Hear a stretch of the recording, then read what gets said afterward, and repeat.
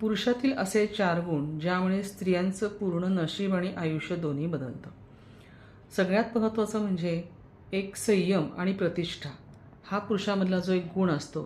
त्यामुळे काय आहे की स्वतःच्या इंद्रियांवर नियंत्रण ठेवणं, सुखसोयी आणि चैनीचा जो एक त्याग असतो तो पुरुष करतो आणि स्त्रीसाठी स्वतःचं स्वत्व देतो, विनयशीलतेचं पालन करतो आणि हेच सगळ्यात श्रेष्ठ मानलं जातं.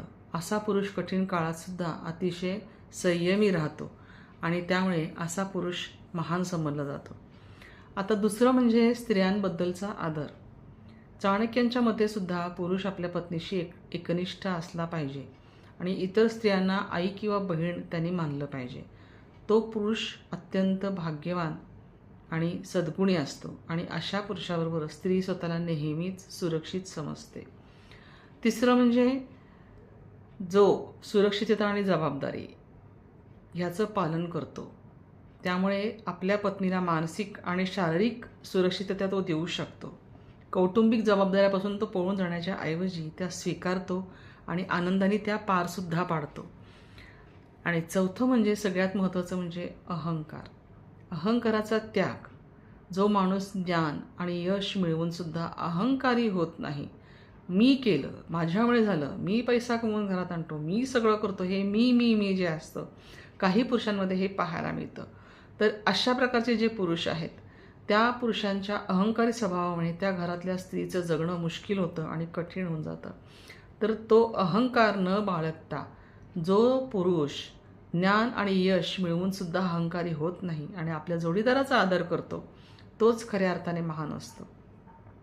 ज्या पुरुषाला आपली स्त्री म्हणजे पत्नी हिचासुद्धा काही वाटा आपल्या यशामध्ये आहे हे जो पुरुष मानतो आणि त्याचा सतत अभिमान बाळगतो, त्याचं तो कौतुक करतो, त्या घरामध्ये अहंकार कधीच येत नाही.